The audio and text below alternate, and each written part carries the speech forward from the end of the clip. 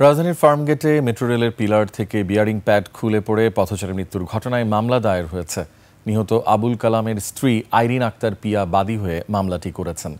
বিষয়টি নিশ্চিত করেছেন তেজগাঁও থানার ওসি মোবারক হোসেন।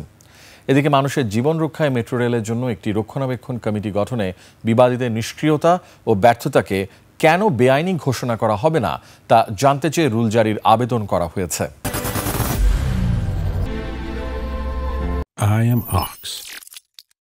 জনস্বার্থে সোমবার সুপ্রিম কোর্টের আইনজীবী আব্দুল্লাহ আল মামুন এই আবেদন করেন। রিট আবেদনে সড়ক পরিবহন ও সেতু মন্ত্রণালয়ের সচিব, ঢাকা ম্যাস ট্রানজিট কোম্পানি লিমিটেডের ব্যবস্থাপনা পরিচালক, ঢাকা পরিবহন সমন্বয় কর্তৃপক্ষের নির্বাহী পরিচালক এবং ইটালিয়ান থাই ডেভেলপমেন্ট কোম্পানি লিমিটেডকে রিটে বিবাদী করা হয়েছে। আমাদের রুলে তিনটা বিষয় আমরা চেয়েছি।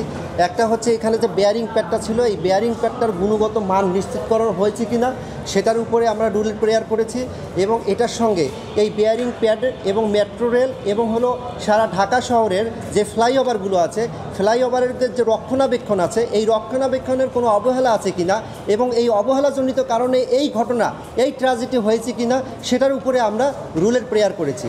এবং পাশাপাশি এইখানে যে এই রক্ষণাবেক্ষণের যে জবাবদিহিতা সেটার স্বচ্ছ প্রক্রিয়া আছে কিনা সেটার উপরেও আমরা রুলের প্রেয়ার করেছি, এবং আমরা দুটো ডাইরেকশন চেয়েছি।